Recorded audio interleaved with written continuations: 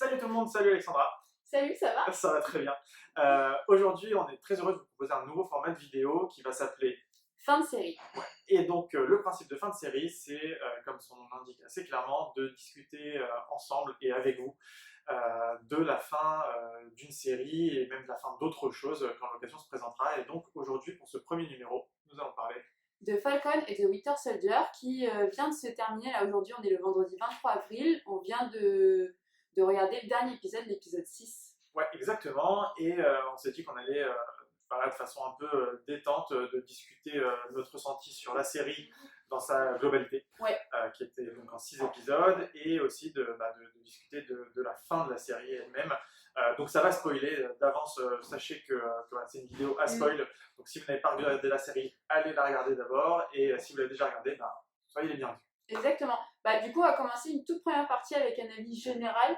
On va pas forcément faire un débrief de tous les épisodes, ça, il y a énormément de youtubeurs qui le font. On vous mettra en lien, notamment notre ami Comics Guardian. Donc l'avis général, Jimmy, qu'est-ce que tu en as pensé globalement? Alors, donc forcément, cette série, elle souffre un petit peu la comparaison, enfin moi je pense, avec la série précédente, à savoir WandaVision. Ouais. Pour rappel, elle aurait dû sortir avant, mais bon, elle est sortie après, donc on va pas refaire le match. Mais du coup, en comparaison avec WandaVision, c'est une série beaucoup plus classique, je trouve. Ouais. Série Marvel, donc voilà, un mélange d'action avec un peu d'humour, comme le sont la plupart des films Marvel. Donc là, on est en terrain connu. Et globalement, c'est pas une mauvaise série. En tout cas, moi je trouve que c'est pas une mauvaise série, c'est un bon mélange entre phase d'action, des redécouvertes de personnages qu'on avait déjà aimés dans le MCU, découverte de nouveaux lieux, réapparition d'anciens méchants, etc. Donc globalement, c'est une bonne série. Et donc voilà, on aura le temps d'aller approfondir. Mais du coup, toi, t'en as pensé quoi sur Alors, moi j'ai moyennement aimé, mais je pense qu'il y a plusieurs raisons, on pourra le détailler après. Je pense que je suis pas la cible aussi, c'est une question de cible. Alors je dis ça, mais j'étais peut-être pas la cible de WandaVision, mais j'ai adoré, mais c'est aussi, comme tu dis, un côté assez unique et qui se prêtait très bien au format série. WandaVision, c'était une très bonne série parce qu'elle reprenait en plus des codes du genre du sitcom, en reprenant Modern Family, Malcolm, etc. Là, sur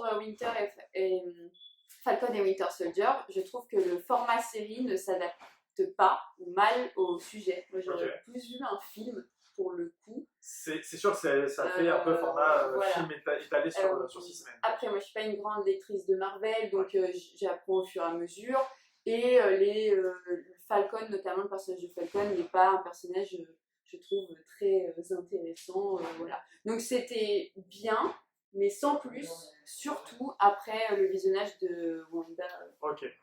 C'est vrai que c'est un peu le malheur de cette série, c'est que si elle était sortie directement après, en première série post-MCU, phase, je sais plus, 5, 6, je sais pas quelle phase on est, phase 5, ça refait la continuité directe avec la fin de Avenger, où il y a la passation du bouclier, etc. Là, il y a eu une sorte de petit hiatus avec WandaVision. Mais bon, du coup, plus précisément, déjà toi, qu'est-ce que tu as retenu de positif sur cette série, s'il y a des choses qui t'ont quand même plu globalement? Le positif, j'ai bien aimé le début où ça a commencé à installer un peu les bases, notamment sur le personnage de Bucky. Je trouve que c'était intéressant de revenir sur lui, sachant qu'on le voyait un petit peu dans les films et que c'est un peu, comment on disait déjà en off, un peu le petit second de Captain America qui n'avait pas vraiment sa lumière. Là, cette fois-ci, il avait de la place. Et notamment, on était sur quelque chose d'intéressant au début. On allait voir un peu sa psychologie, tout son trauma qu'il avait par rapport à son action de Winter Soldier. Bon, malheureusement, je trouve qu'ils auraient pu aboutir un peu plus.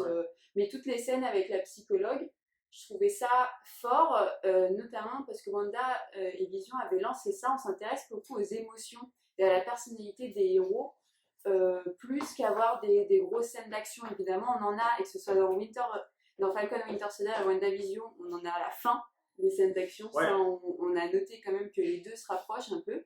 Mais voilà, moi, d'aller un peu aussi sur le côté familial de Falcon, pourquoi pas, c'est un truc qu'on voit pas dans les films, donc si les séries font, c'était cool. Après c'était, je te rejoins assez. Après, c'est quand même des recettes qu'ils avaient quand même testées dans les films. moi, je pense que vous serez assez d'accord, notamment cette scène dans Avenger, je sais plus lequel, vous allez m'aider, c'est soit l'avant-dernier, soit le dernier, où on a ce groupe de discussion où Captain America parle avec des personnes qui ont perdu des gens, du coup ça devait être dans Endgame. On a ce côté un peu témoignage, donc, qui rappelle un petit peu ce que va vivre Bucky avec, quand il va retourner voir des personnes sans leur dire qu'il est forcément responsable de la mort de leurs proches. On a pareil, du coup, une scène dans le genre scène de famille qui montre que les super-héros sont avant tout des humains.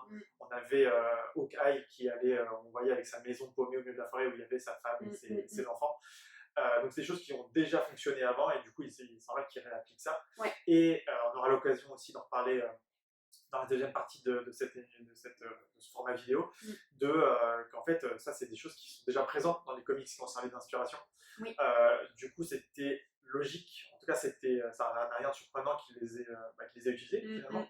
Et c'est cool finalement que les trucs qui t'ont plu le plus, c'est pas les scènes, on va dire, extrêmement classiques d'action ou de... non, et finalement, est-ce que derrière ça, les séries maintenant du MCU avec Disney+, cherchent pas à avoir un nouveau public qui n'est pas forcément fan du standard héros avec des combats force du mal, force du bien, et d'avoir des choses un peu plus personnelles. Parce que c'est pas l'idée.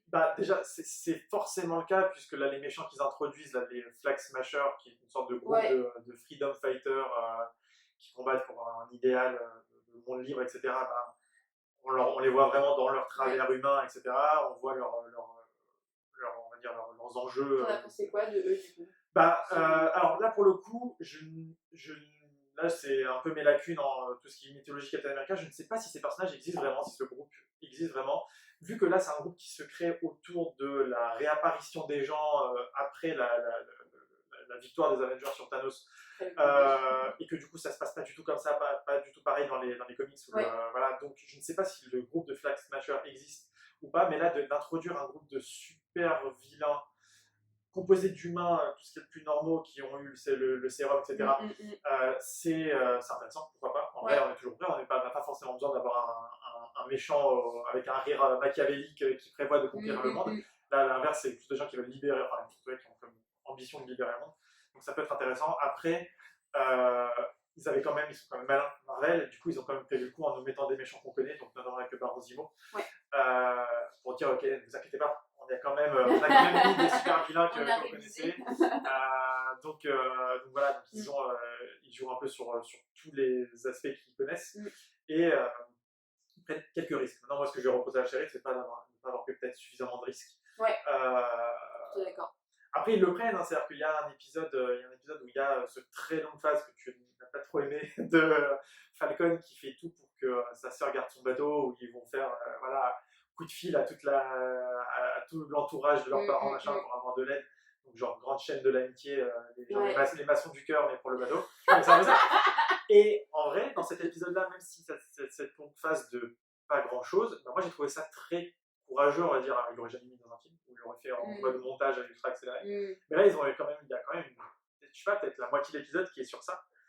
Toi, ça t'a saoulé. Moi, je me suis dit, tiens, quand même. Je trouve que c'était un peu long, et justement, je me dis, est-ce qu'ils n'ont pas essayé de combler parce qu'ils attendaient de mettre tout à la fin pour les fameuses grandes batailles épiques où là on vient de finir le 6e, bah oui, là ça bouge, en effet je me suis pas ennuyée, mais d'attendre aussi longtemps, et puis le problème c'est que ça va assez vite, donc on n'a pas le temps de vraiment s'attacher à ce bateau, tu le vois à peine, tu comprends que c'est un vieux débris, t'arrives pas, enfin je pense que ça arrive comme ça, je trouve que ça arrive trop vite. Et j'aime bien le côté familial, mais j'aime bien aussi m'attacher. Et là, je ne suis pas forcément avec lui dans son combat pour le bateau. Je pense que le bateau, enfin pour le coup, le bateau, je pense que c'est juste un prétexte pour te montrer qu'il a beau être là à sauver le monde en continu, ça dédie sa vie au monde, un simple problème. Voilà, un simple problème. Tu l'as dans le comics. Ça, c'est aussi. Que tu m'avais dit, dans le comics, dans les comics, comme ça. Dans les comics, c'est. Du coup, parlons-en, par exemple, pourquoi pas maintenant, dans les comics où on voit justement les premiers pas de Falcon en Captain America, on a via des mini flashbacks, des pensées qu'il a pendant qu'il se bat ou pendant ses aventures, sur le fait que sa famille compte sur lui. Alors il n'y a pas forcément de problème d'économie ou quoi, enfin il n'y a pas forcément d'urgence à sauver sa famille, mais il repense régulièrement à sa mère, à sa sœur, voilà, aux gens qui comptent sur lui, puisqu'il était très jeune, devenu un peu le papa de la famille, puisque le père est mort assez tragiquement, comme pour beaucoup de héros, finalement, de super-héros. Donc, voilà, donc il y a aussi ce côté-là. Par contre, dans les comics, on ne s'attarde pas trop sur ça, c'est plus, voilà, on va vers la scène d'action. Et quand le héros a un genou à terre, il repense à sa famille qui compte sur lui, et du coup, ça lui donne la force de repartir d'aller battre le méchant. Là, pour le coup, c'est assez dissocié. C'est vraiment, il a sa phase famille où il galère, la phase super-héros où il a d'autres problèmes. Donc voilà, mais moi, c'était pas inintéressant. Il y a peut-être effectivement une histoire de rythme. Peut-être que la série aurait pu être condensée en 5 épisodes plutôt que 6. Ça aurait pu faire, effectivement, il y avait tout le matériau pour faire un film, genre pas Origin Story, mais genre le nouveau Captain America. Complètement, ouais. Et du coup, plus on en parle, plus ça me fait penser à un truc, mais du coup je te pose la question.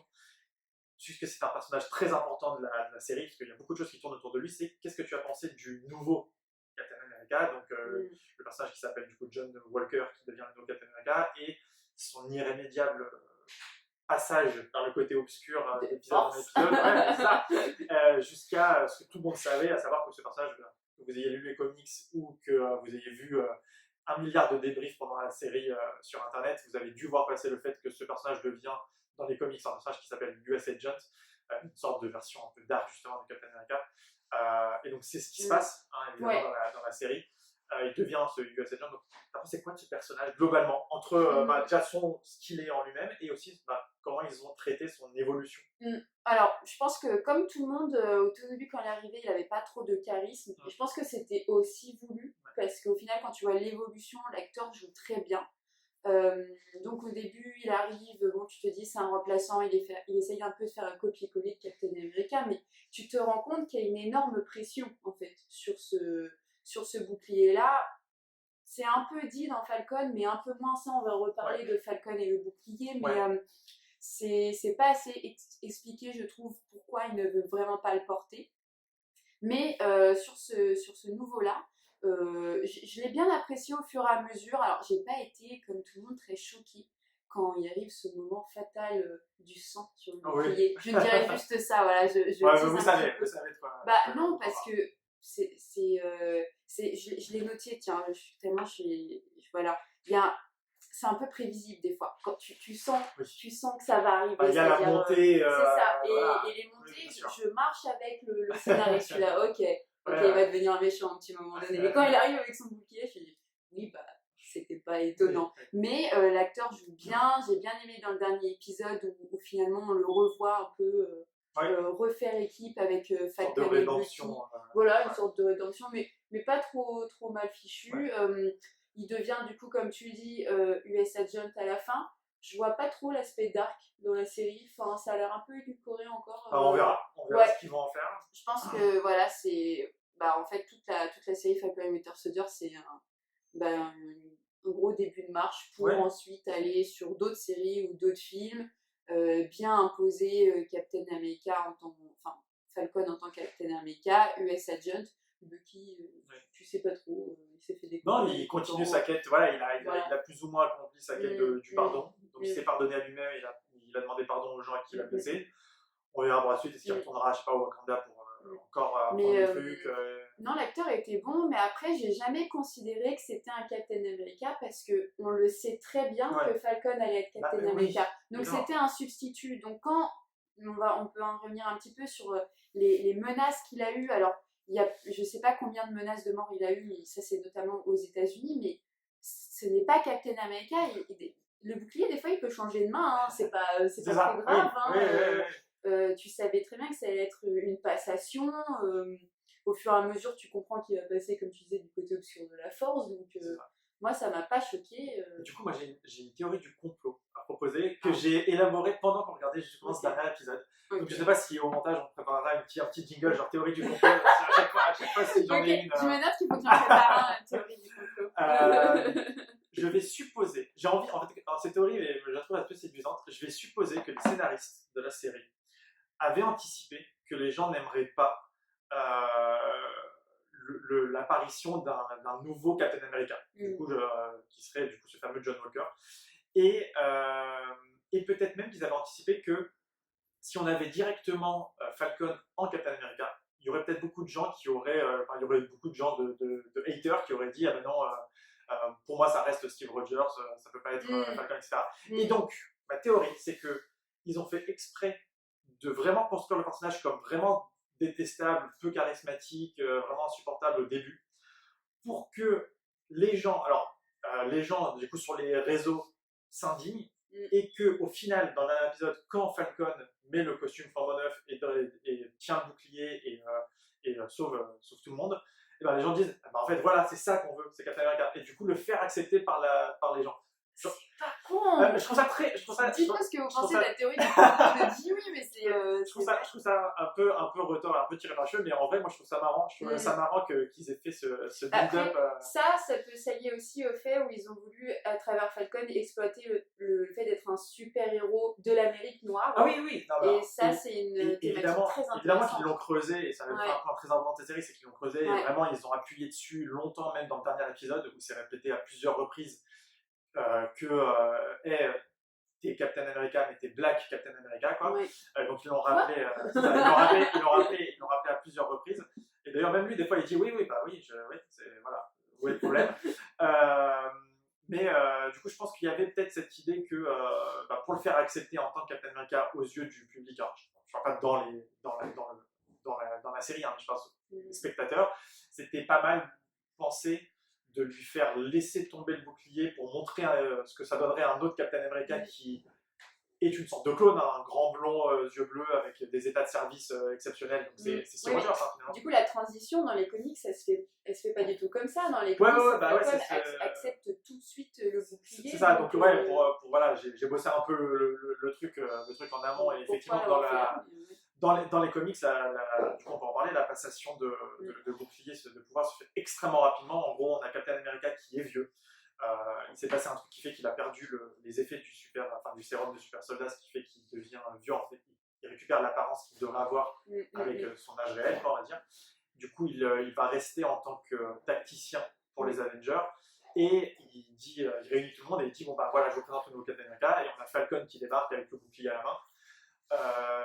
Le temps d'une case, il va dire il ne met pas avec le bouclier à la main, c'est Captain America qui lui donne le bouclier devant tout le monde. Il va dire le temps d'une case ah ouais, c'est peut-être une grosse responsabilité, mais derrière il lève le bouclier, Avenger Rassemblement, et c'est parti. La BD ça s'embête pas trop sur proposer je sais pas 2-3 épisodes sur lui qui réfléchit au poids des conséquences du fait de porter ce bouclier. Il part direct à l'aventure parce que la BD a pas le temps. Là ils ont voulu creuser ça, je trouve ça très intéressant du coup, parce que c'est vrai que c'est lourd de sens. Porter le bouclier de Captain America, c'est vraiment, tu deviens le représentant. Tu deviens l'incarnation. Non, mais tu deviens l'incarnation de l'Amérique. C'est-à-dire que il y a un truc très fort dans le dernier épisode, et j'aurais pu, si j'avais pris le temps, j'aurais fait pause pour te parier qu'il allait dire ce qu'il allait dire. C'est qu'à un moment, il se bat contre contre Carly, qui est donc la chef des Flag Smashers, qui à un moment lui met un coup de pied ou un coup de poing par rapport, qui se retrouve à terre. Elle lui dit reste à terre. Moi, je voulais faire pause pour te dire qu'il allait juste dire, se relever et dire non. Et c'est ce qu'il fait. Il se relève et dit non, parce qu'on ne met pas l'Amérique à terre. En tout cas, l'Amérique ne reste pas à terre. Même si elle met un genou à terre, elle se relève. Et là, on a le Captain America qui dit je suis Captain America, c'est-à-dire qu'il n'y a même pas de débat, qui agit exactement comme doit l'agir l'idéal américain. Donc il assume complètement ses fonctions quasiment à ce moment-là. En fait. Il était à terre, il se relève, on lui dit d'abandonner, il dit non, maintenant je n'abandonne pas. Donc voilà. C'est vraiment. Et d'ailleurs, j'y pense, je trouve peut-être même ça plus fort que son fameux speech à la fin. Ouais, mais on n'a pas été très convaincus à la fin. Donne-moi ton avis, Alexandra, sur le fameux monologue du héros. C'était long. Mais vous allez croire, j'ai vraiment pas aimé, mais bon, voilà, j'ai pas été convaincue. Non, c'était long. Attends, resitue un peu le contexte. Donc, à la fin, les gentils ont gagné. À la fin, les gentils ont gagné, et donc, du coup, les Flag Smashers ont voulu séquestrer les grandes puissances du monde. Donc en tout cas, voilà. De regroupement de sénateurs de différents pays. Il y avait un bal avec un buffet à volonté sénateur. Et donc du coup ils les libèrent, ils sortent du camion, et puis les gars disent trop bien, t'es Captain America, tu nous as sauvés, c'est trop cool, on va reprendre notre business et faire chier les gens comme d'habitude. Et lui il dit bah non, vous avez quand même En gros, voilà, il fait tout un speech sur vous avez une puissance incroyable, donc faudrait peut-être s'attarder sur des choses plus importantes. En tout cas, aider de votre comprendre pourquoi des gens voilà. seraient prêts Et de à... comprendre pourquoi Ouais. Kali et toute son équipe ont fait ça. Ouais. Car finalement, jusqu'à la fin, Falcon va défendre Kali. Et Carly. ne va pas la considérer vraiment comme une ennemie, comme une... Parce que ça, c'était vachement intéressant, le combat, je vais revenir après sur le discours, mais le combat entre Falcon et Carly, Carly, il ne se bat pas. Elle lui dit, à un moment donné, c'est bah. Non, bon, voilà. D'où le fait que pour moi, il manque un peu une grosse menace. Donc, pour moi, ils n'étaient pas assez menaçants. En plus, au niveau du nombre, des fois, tu les vois à 4. En fait, tu les vois à 5. Ils sont 5 à avoir pris le sérum, mais ils ont l'air d'avoir un bon réseau. Oui, mais bon, on aurait pu prendre raison, tu ne le vois pas. C'est ça. Donc ça, c'est dommage. Mais du coup, pour revenir sur le discours, voilà, c'était très patriotique. Mais il fallait. Enfin, c'était très patriotique, c'était très... voilà, maintenant j'ai compris que j'endosse mon rôle et je vais vous donner un peu la bonne leçon. Alors, il y a un côté utopique où je me dis, j'aimerais tellement que ça se passe. et c'est exactement des choses que j'aurais aimé leur dire. Il y a un côté, du coup, comme c'est la fin et que tout le monde est sauvé, il y a la presse partout et il est filmé partout. Et ça permet de faire une sorte de happy end où tu revois un peu tout le monde de la série qui re-regarde Falcon en disant good job. En fait, donc, moi, le truc c'est que déjà tout ce que tu as dit bien sûr, évidemment. Moi, ça me fait penser à un truc, c'est que pour moi, je pense que ça fait écho à la scène où justement on a le Captain America par intérim qui pète un câble et qui tue un des Flag Smashers avec son bouclier devant, alors non pas les caméras de télé, mais devant plein de témoins qui filment avec leur téléphone. Donc on voit Captain America du coup salir l'image de voilà, et à la fin on a la même scène finalement où il est là devant les caméras, il libère les derniers otages et là il montre une image parfaite de Captain America qui sort un discours, on aurait dit qu'il était écrit son discours. Il est parfait, il n'y a pas un mot plus haut que l'autre. C'est que ça manquait un peu d'humanité. C'était à chaque fois il enchaînait. Ah non, c'est pas son discours, il est incroyable. C'est voilà, et même pour les gens que ça intéresse un petit peu en termes de mise en situation, c'est que il est face à des représentants de différents pays. Et quand il parle, si vous regardez bien, si vous remettez la scène, les deux baissent la tête comme si c'était des enfants qu'on était en train de gronder. Ils regardent un petit peu comme ça. Genre, justement, moi je trouve que du coup, c'est l'idée du monologue où on parle tout ça, mais j'aurais mis des réponses un petit peu. Ah bah non, les réponses, lui, ce qu'il dit, c'est répondez-moi par des actes. En fait, c'est ça, si j'ai envie de prendre sa défense au truc, c'est ça, c'est voilà, là, c'était le temps des paroles, vous avez suffisamment parlé, vous avez vu ce qui se passe, à mon tour de vous répondre. Et mes actes, je les ai déjà faits, en vous montrant, donc maintenant, à vous de faire des actes. Donc voilà, mais voilà, ne vous attendez pas avec, en tout cas selon moi, avec cette série, au même traits de fraîcheur, en tout cas aux petits éclats de fraîcheur qu'il y avait justement par exemple avec WandaVision, avec des mises en scène originales, des effets spéciaux intéressants. Il y avait ces histoires de transition d'époque, quand il y avait la vague bizarre qui passait, les objets changeaient, se transmutaient en choses de l'époque. Là, vous avez du grand classique. Quoique, en parlant d'effets spéciaux, le premier épisode, c'était moyen. De quoi, de Falcon, ouais. Le tout premier, là, avec les scènes de course-poursuite. C'était un peu bizarre. Oui. Je suis pas la seule, je crois que j'avais vu des mais alors après, globalement, ça reste quand même très correct. Là, le dernier épisode, ils nous en mettent quand même des caisses. Et c'est mieux fait. Alors, c'est mieux fait. Alors, il y a toujours un truc, c'est que c'est des combats qui se passent de nuit. Donc, de nuit, on va dire, ça lisse un petit peu les défauts. Mais globalement, c'est plutôt bien chorégraphié. On comprend ce qui se passe quand il y a des combats. D'ailleurs, il y a eu même une petite anecdote quand on regardait un moment où la scène est sur Winter Soldier. Ils se battent. Et toi, au moment où tu m'as dit et il en est où Falcon à ce moment-là, directement ça passe à Falcon. Ce qui est vrai que c'était plutôt bien timé. Oui, j'ai ressenti que c'était trop. Pile à l'instant où tu voulais voir de l'autre, pas c'est passé, donc c'était plutôt bien monté. Et voilà, par contre, du coup, on le répète avec mi-chemin de la vidéo, mais oui, ça spoil, hein, ne nous en voulez pas, mais les gentils qui devaient gagner gagnent, les méchants qui devaient perdent. Voilà, Carly, donc la chef des Flag Smashers, qui pète un câble à la fin et qui dit bah non, les otages, on va les buter. Voilà, pareil, j'aurais pu mettre une pièce sur tête que ça allait être elle qui allait mourir. Elle meurt. Bah oui, c'est sûr, mais de toute façon, ça sentait le martyr depuis le début. Et donc, du coup, aucune surprise, elle meurt. Donc donc voilà. Ouais. Ma surprise, par contre, ce qui m'a surpris, on va toujours essayer de voir ce qu'on aime bien, ce qu'on m'a surpris, on va pas tout le temps être dans la négativité. Sharon. Oui, Carter, Sharon Carter, bah, déjà, personnage que j'ai trouvé extrêmement cool. Ben, elle joue bien. Ouais. Elle joue vraiment bien. Il y a un côté mystérieux que j'aime beaucoup. Justement, je disais tout à l'heure que tout est prévisible. Là, avec elle, il y a un côté imprévisible. Bah, c'est ça, c'est-à-dire que de base. Tu sais pas dans quel camp elle est, c'est un peu flou. Ouais, non, c'est-à-dire que de base, quand on la voit dans tout le passage à Madripoor, qui est donc la sorte de mini-état fictif dans l'univers Marvel, on la voit apparaître, elle leur file un coup de main inespéré aux deux, Falcon et Winter Soldier. Tu comprends qu'elle est undercover là-bas et qu'elle a réussi à se faire une sorte de réseau. On la voit se battre. Elle est ultra badass. Ouais. Elle défonce tout le monde quand il sans faut. Costume, Ah non, mais sans super pouvoir. incroyable, super combattante, un peu à la Black Widow, en plus bourrine, je trouve. Et j'ai trouvé ça vraiment très plus très énervée cool. aussi. Ouais, elle est pas contente. Hein. C'est ça, plus énervée. Et là, elle fait comeback dernier épisode pour filer un coup de main au héros. Ouais. Et pareil, elle se bat super bien. Quand c'est à elle de faire le job, elle le fait super bien aussi.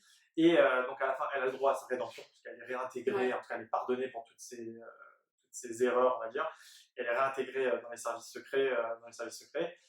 Il y a ce petit twist, voilà, il y a ce petit twist de fin où, alors au calme, elle sort du Sénat, ou je sais pas, elle attend même pas voilà, elle est même pas à 10 mètres. Elle prend son téléphone et dit ça y est, je suis dans le game, je vais pouvoir vous donner des infos. Enfin, si son téléphone était sur écoute, en 3 secondes, elle se grille, elle dit je vais pouvoir vous donner des armes, des plans, tout ce que vous voulez. Et puis ça, bon, là, bizarrement, il y avait personne qui descendait ou qui montait les escaliers, mais genre, regarde autour de toi. Tu sais, j'aurais fait un plan genre.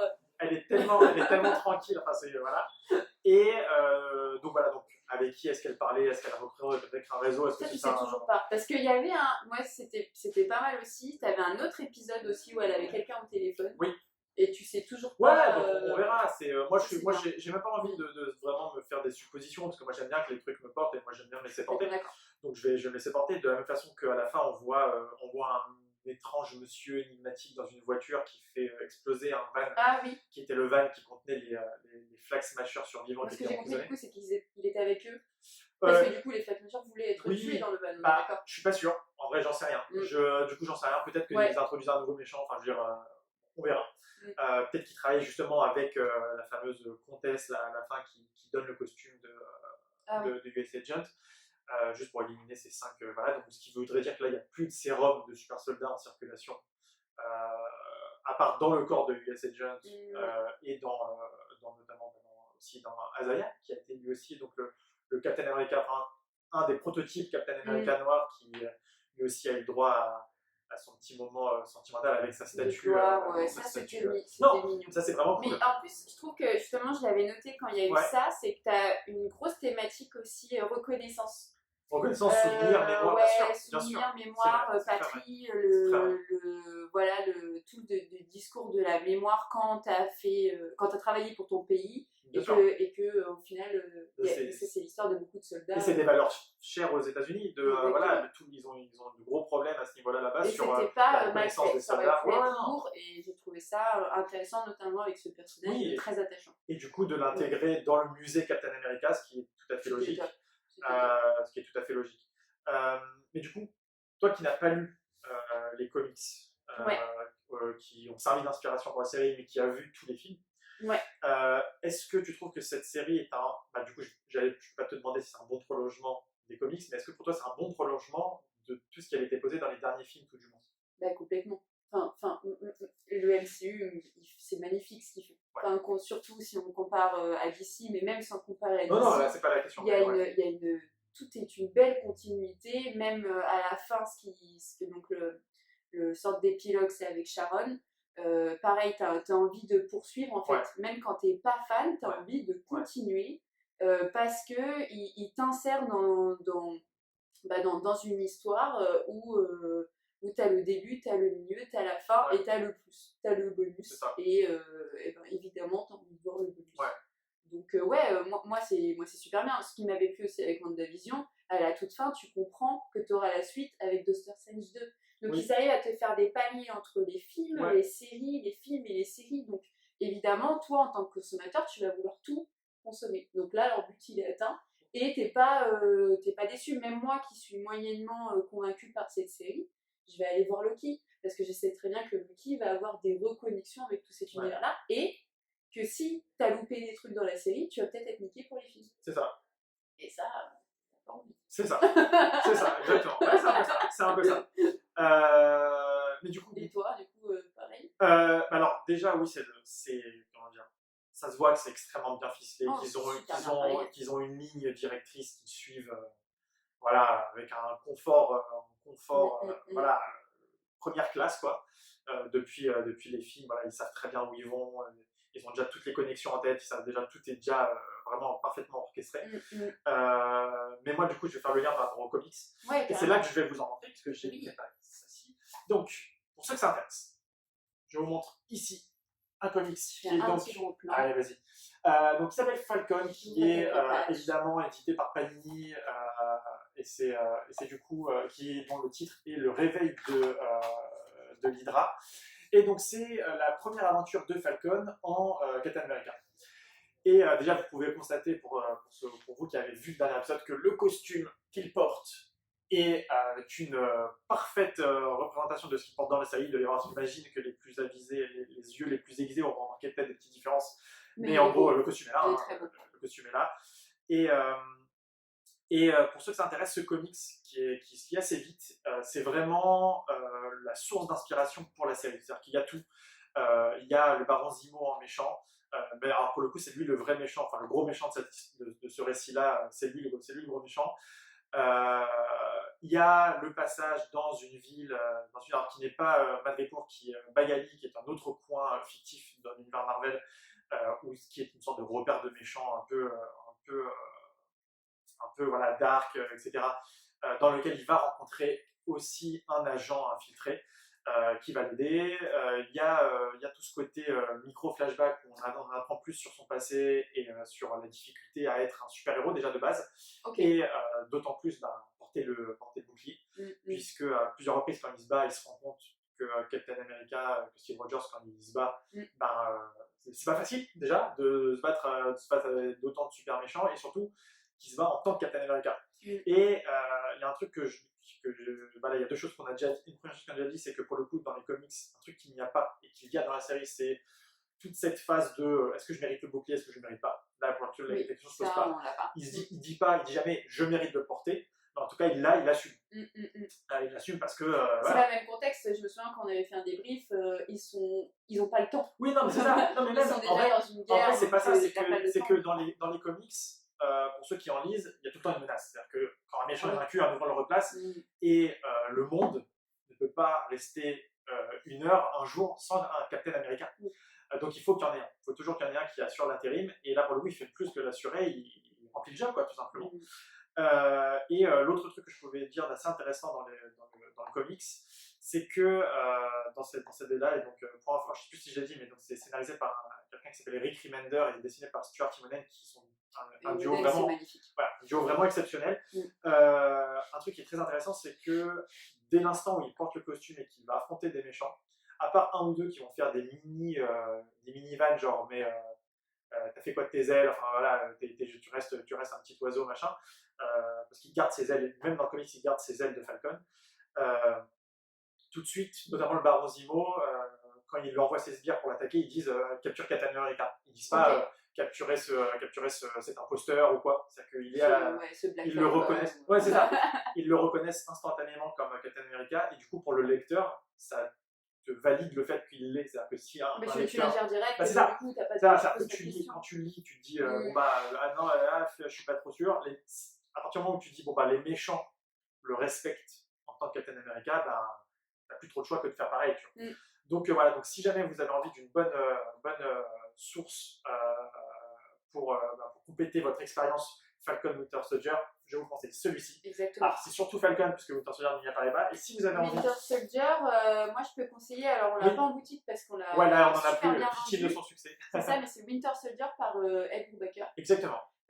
Moi, du coup, je l'ai lu et justement, en plus, moi, je suis plus team Bucky et c'est vraiment très très bien. Déjà, c'est Brubaker, donc c'est une écriture fabuleuse. Au dessin, je me rappelle plus. J'ai un doute, on le mettra. Mais on le mettra, de toute façon, je mettrai tout en lien. Et pour le coup, pour mieux comprendre le personnage, aller encore plus dans la psychologie, avoir des bonnes scènes de combat, c'est totalement. Et sinon, il y a aussi cette édition que Marvel a sortie, je vous la montre. C'est une édition un peu opération découverte, donc c'est des albums à 7,6,95 qui vont contenir plusieurs récits complets. Donc là dedans vous avez la première apparition de Falcon et vous allez avoir du Falcon tout seul et justement le fameux épisode où Captain America va donner le bouclier à Falcon et aussi un épisode Falcon et Winter Soldier. Donc vous avez plusieurs épisodes comme ça pour vous permettre de balayer un petit peu les deux personnages. Je crois qu'on a été. Ouais, on a été bien. Hein. De toute façon, c'est vraiment un format. On se dit pas expert, c'était vraiment notre avis, mais toujours le regrouper au comics, c'est la particularité qu'on veut. C'est avant, moi j'ai fait une lecture, Jimmy a bien lu aussi, et pour vous donner des conseils. C'est ça. Et voilà. Et donc l'idée c'est de discuter ensemble. Donc ce sera peut-être pas forcément tout le temps tous les nous deux qui débrieferont. Ce sera, pour l'idée, c'est qu'on parle de séries ou qu'on intervienne à la fin d'une série, pas forcément au bout de chaque épisode, parce qu'il y a déjà des gens qui font ça et qui font ça très bien. Peut-être qu'on fera ça aussi après la sortie des films, enfin on verra. Comment ça se goupille, on veut bien votre avis, savoir sous quel format vous intéresserait le plus, si on voulait qu'on parle juste des séries ou d'autres choses. Et surtout, on aimerait beaucoup avoir votre avis sur ce que vous avez pensé globalement de cette série, ce que vous attendez des prochaines séries Marvel, et surtout de vos avis sur nous dire si vous êtes plus ou moins d'accord avec nous, n'hésitez pas. Moi, personnellement, j'aime encore plus quand j'ai des gens qui ne sont pas d'accord avec moi parce que ça permet d'avoir ça permet d'avoir simplement d'autres points de vue, d'autres angles, des choses auxquelles je n'aurais pas forcément pensé. Donc voilà, du coup, merci Alexandra. Merci à toi. Et du coup, on vous dit à la prochaine. Ouais, à bientôt.